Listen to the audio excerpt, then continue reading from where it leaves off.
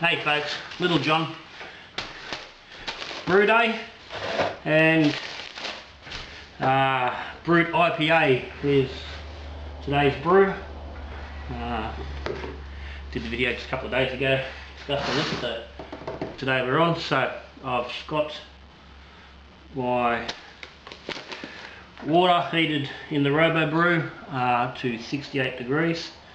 I've got about 31 litres in the Robobrew.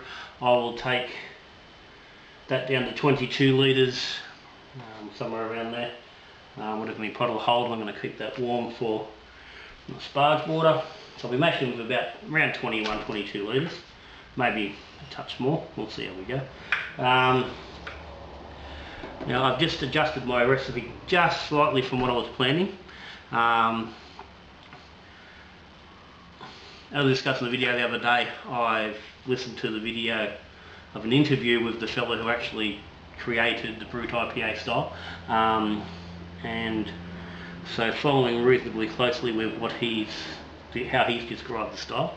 So I was going 3 kilos of lager malt, because I just had the ends of the bag of the Simpson's lager malt, so that's their version of a Pilsner malt, so close enough. I've got the kilo of rice, I've got the kilo of flat corn.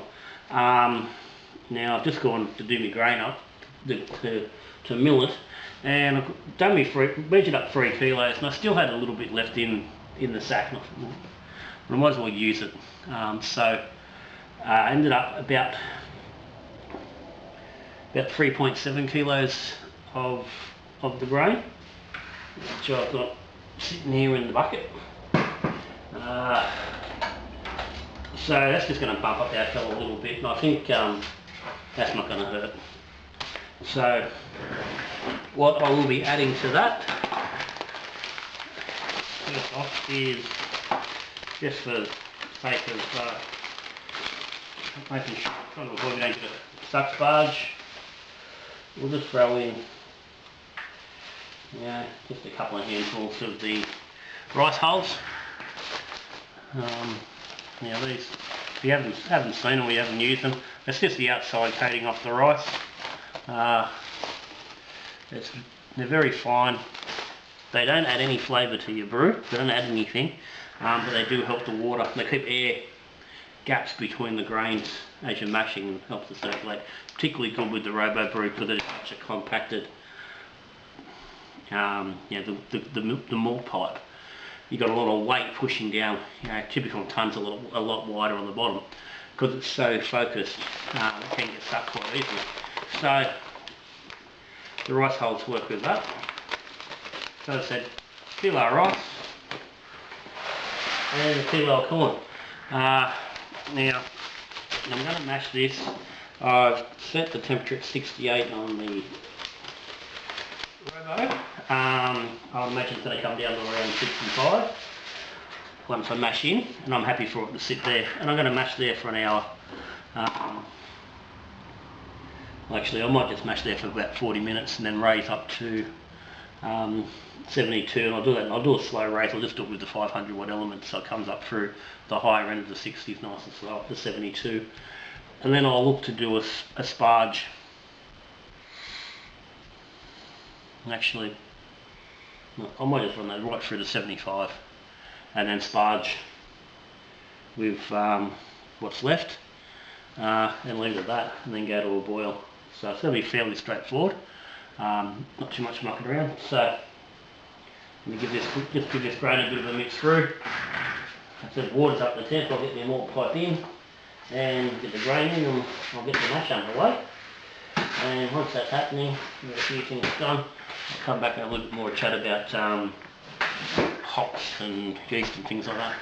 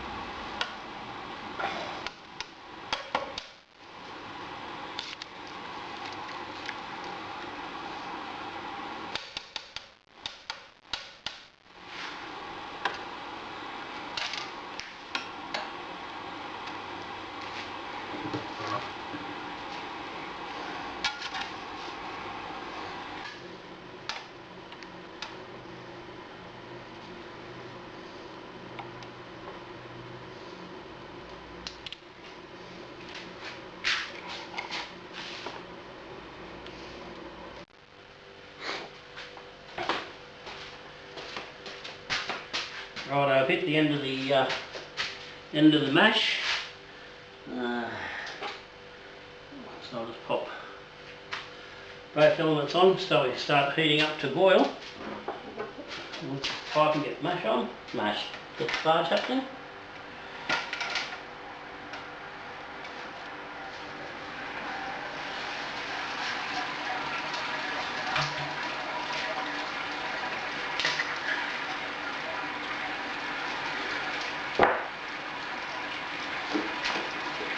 Alright, so I've got 8 litres of sparge here, nice and warm. So this should bring us up to a good final mash out temp. And that's draining nice and slow. Had a bit of trouble, not a bit of trouble, but the mash was not circulating real fast, so I had to really throttle the pump back not to get too high. But that's leaving me right now with a nice slow flush with the sparge here, which is good, so that worked out alright. So I'm going to flush this through, let it finish, let it drain through, and see what I've got, and then I'll get a gravity reading and I'll adjust the volume because I'll just boil up some fresh water to top it up. I haven't calculated what my gravity should be, so I'm not particularly aiming for any particular volumes. Main thing I'm looking for really on this one is I want to target a specific original gravity. So I will adjust the volume on the boil afterwards to get to where I need to. So that's why we're done at 30 litres initially. We probably should have been, probably going to be, could potentially be another 8 to 10 litres still to go. But I'll talk about that shortly when I'm doing the hops. So I'll keep running this through, get this boil happening, and then I'll come back and have a chat about the hops and that gravity. Rightio. So I've finished running the sparge. It's just draining through now. You can probably hear it down the background trickling into the kettle.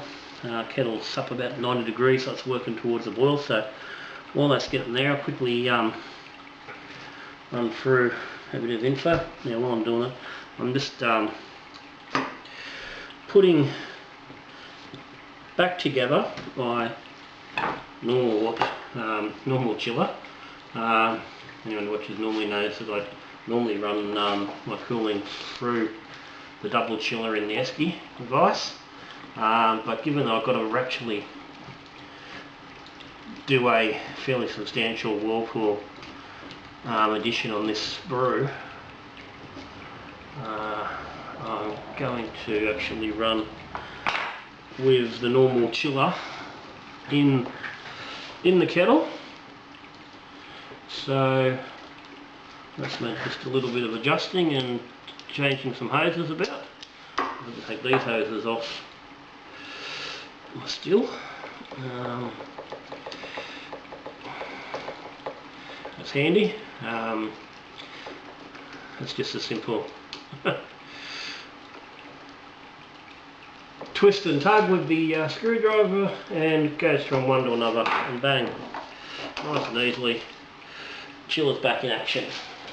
So that's done. So so I'll run through just a couple of things on this brew. As I said, mash temp was 65 degrees. Now it's normally brewed a little bit lower. They do sort of say as low as you can get it, much like a very light-bodied pilsner. And again, that's because you're trying to get that reduced alcohol. So not reduced alcohol. You're trying to get that higher fermentability, and not leaving sugars behind. So generally it's the same sort of process and thought behind those pilsners and those light lagers. But what I've done is I've gone to the 65, because what I've found when I've tried the Brut IPA, I find it's absolutely lacking in any body at all. And yes, that's how the style is sort of meant to be. But at the end of the day, I don't want to have 2 cartons or more of beer I don't really want to drink. So I'm just pushing that level a little bit more. The enzyme is going to push that body down regardless, so I don't think it's going to make too much difference, and I'm just going to explain that in a second. Now, the standard process is to use an enzyme. Now,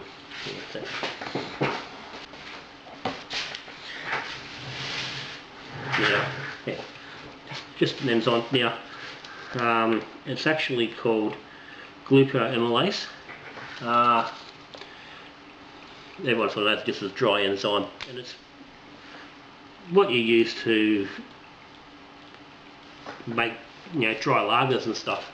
And a lot of kit brewers, they use it and will sort of be aware of what it is. Not something I normally like using, but this is it's required in this beer for the style. So what I will be doing is doing half of this batch with the dry enzyme and USO5 as per the style indications. So generally you're looking to get a final gravity of about 1.0, 1.002. I'm hoping that with that slightly elevated mash temperature that I can keep that to about 1.004 and not go and hopefully not go below that, just to leave it just a little bit there. I mean, at that point it's very, very minimal. It's not going to make a lot of difference, but I think it may just help to support a little bit of character, make it a bit more drinkable. Now, the other half of the batch is getting done very differently. If you've watched the video from a couple of days back where I was discussing the Brut IPA, if you want to go back and have a look at it, I'll post a card up for it. I've talked about how I believe it's basically a hoppy adjunct lager that's thrown out with with an enzyme and nail. So what I want to do is brew it as a lager without the enzyme and leaving some of the body behind in the beer. And I've just got a starter just sitting there. It's plugging away quite nicely, so I think it will do the job. And I'm going to brew that at about 12 degrees. So I'm going to do it at the higher end, so just push it a little bit harder.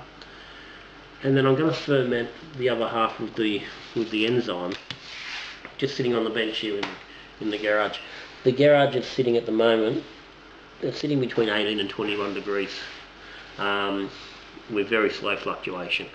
And the weatherman's telling me the weather's going to be fairly stable over the next sort of 5 to 6 days, so I think I can get a good fermentation out without being crazy and throwing any sort of weird flavours and having a negative impact. So that's how the ferment's going to happen. Now, hops. Totally different hopping schedule for the Brut IPA. It normally is all late edition hops. And by late I mean post boil. There's nothing from think his name's Kyle, the brewer who created the the style. Flame out edition, and then there might even be a flame out edition. It may just be all whirlpool. There's definitely no boil hops, and that makes it really hard to calculate any IBUs and stuff. So I've gone through and I've looked at a couple of recipes and a couple of brewers that have done them and listened to Kyle's stuff. So I've gone through and calculated, well not calculated, but worked out rough amounts of hops that I think are going to work within the realms of what they're looking at. So, but I've just got one little slight change now, and that's this first edition. 10 grams of El Dorado, and I'm going to pop that in with 10, sorry, not going to be 10, so I'm going to pop that in with flame out. Just for a tiny little bit of extra. Not going to do much. And then, so as I said, flame out, I'll run the chiller and I'll drop the temperature down on the water to 80 degrees. At that point, we're starting a whirlpool, and I will go with, I was going to go 50 grams of Citra and 50 grams of Mosaic. I only had 43 grams of Citra, so 43 grams of Citra and 50 grams of Mosaic it will be. As I said, 80 degrees, I'll hold it there with the whirlpool, and hold that for 20 minutes. Then cool it and into the fermenter. There will then be another dry hop, which will be Mosaic, and I'm going to do a fairly decent one.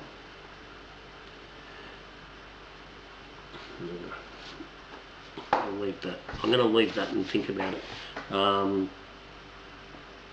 I'll address that when we come to the tasting video, exactly how that works, because I am splitting it, so I'm going to have a bit of a think about how actually what I'm going to do with that.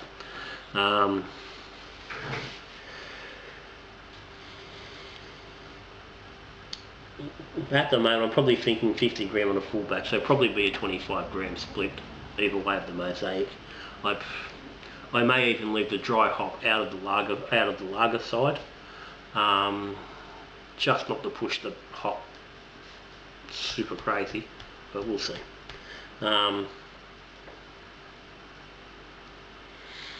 So that's it.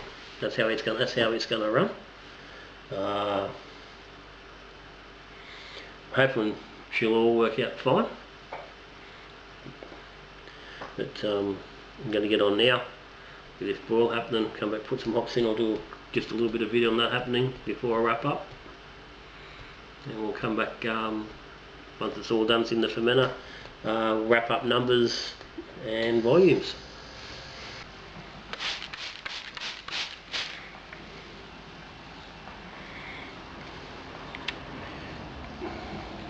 Just a bottle of plain water. And good at knocking down the brake.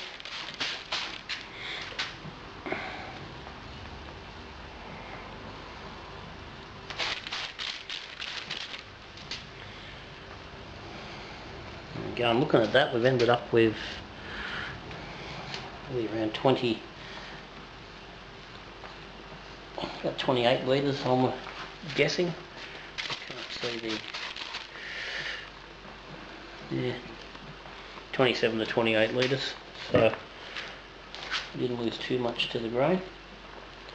So I might just boil up just the kettle, just the kitchen kettle, one kettle, and throw that in just to bring the volume up a little bit. But, I'll go to kick gravity just before I do that, just to be sure. Righto, our boil's over, so flame out. Flame out hops in. Get the arm back on here to recirculate.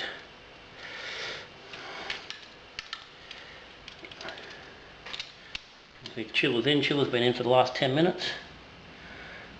So it's sanitised and it's got no bugs. I'll now go and put the water on, and we'll get this down to 80, and we'll come back and have a look when we get the whirlpool happening and the hops, next bit of hops in. Okay, so we've cooled down to 80, which obviously happens pretty quickly and a little bit quicker than I was expecting. We actually dropped a little bit under. I've got the Robobrew set at 80. We dropped just a couple of degrees. Now I've got the hose set up on the recirculation like a whirlpool with the chiller in. It's a little bit difficult to achieve that. The main thing is we've got water moving around, which is what we're after, just to get these hop acids distributing. So I've got these additions split up into 3 bags, just trying to give them a little bit more contact with the wort, instead of being all bundled up in one bag. So they're in, and let that run for 20 minutes. And then we'll chill and get off to the fermenter. Now I've just taken a sample and got it cooling so we can get I can get an early look at the gravities and work out what I'm going to do with sugar wise to the lager side of this. See how we're looking. So we'll come back shortly with final numbers in the fermenter.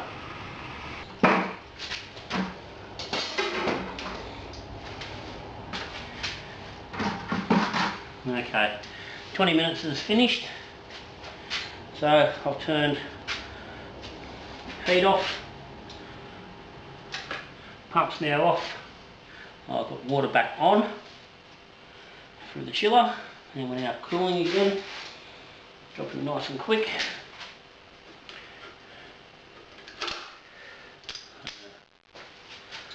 I'll get these hop bags out.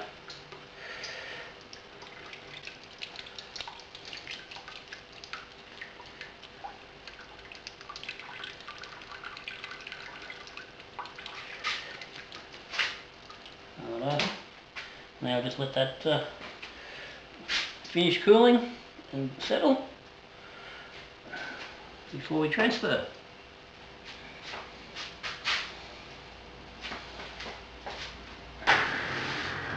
Righto, we've pretty much hit the end of the day. We've transferred into our 2 fermenters. Got 11 litres in both. So we end up with 22 litre volume, which I was pretty happy with. I run the numbers through just before. Let me just want to double check this hydro reading.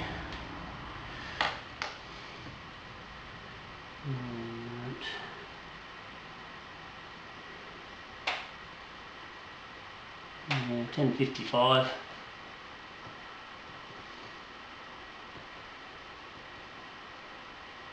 Yeah, 1056. So pretty happy with that. It's about a 71% efficiency,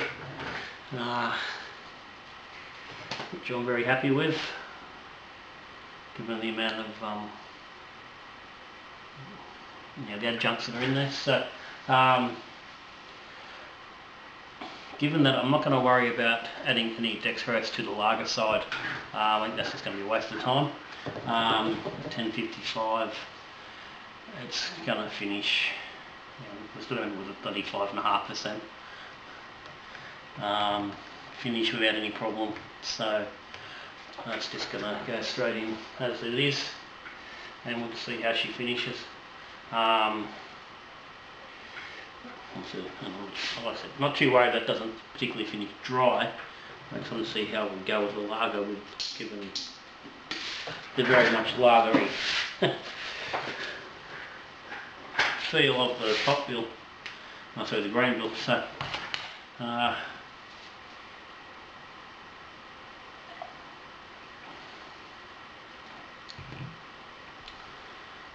Now it's not super hoppy, but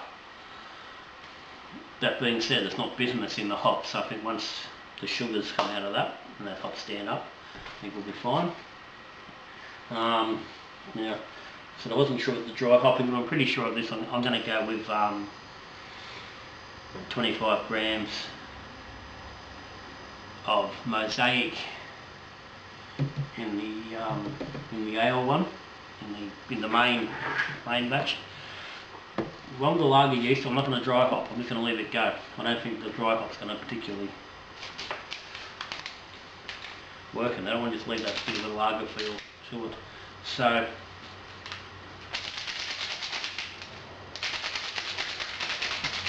keeping things nice and simple and going a little bit against my own rules, I'm just going to pitch this USA 5 dry straight in. And go on this side. Now these are both been given a good aeration. They're good to go. And lager yeast, the white yeast, I'm not sure what number it is, top of my head, Rocky Mountain Lager, and it is active at the moment. It's been going for the last few days. I've worked it up with a couple of small feeds and just slowly increased it up to where it is now. I did have it on the stir plate, and lo and behold, yesterday morning the power supply seriously shit itself, and okay, so I've just put a bit of water in there after draining it off. I'm going to pitch that. I'm going to try not to throw my stir bar in there. Yeah, the power supply and the stir plate blew up. Actually blew up enough that it blew itself out of the power socket it was in. I lost power to the front of the house yesterday, just looking shortly at it. Pretty obvious when I went to check on me how the yeast starter was going, what the problem was. But anyway, so that yeast is, I'm pretty confident enough there's a good whack of yeast there. So I'm going to brew it, I'm going to ferment it at 12 degrees. So I've just pitched these waters at 22 degrees. It's 21 here on the bench. So everything's fairly stable. 12 degrees. I'll let it go at 12 degrees for about 5 days, and I'll crank it up about 15 just to push it. And clean up a little bit of diacetyl. So that's it. So these are good to go. So I'm going to leave these in the fridge, and well, this one's not going in the fridge, it's going to sit on the bench. As I said, it's just going to sit at ambient here in the garage, and the temperature's going to work nicely. So that's it, Brut IPA, done. So there'll be a tasting video on this in 4 or 5 weeks time, see how it's travelling. Till then, if you've got any questions, any comments, stick them down the bottom. Always, if you haven't subscribed to Little John's, hit the subscribe button down the bottom. Come along, get notified, so you know as soon as we tasting this fella. Other than that, that's me for the day. So till I see you again. Drinking beer, we talking brew, we brew. Talking brew. Drinking beer, talking beer. Or brewing beer. Good brewing.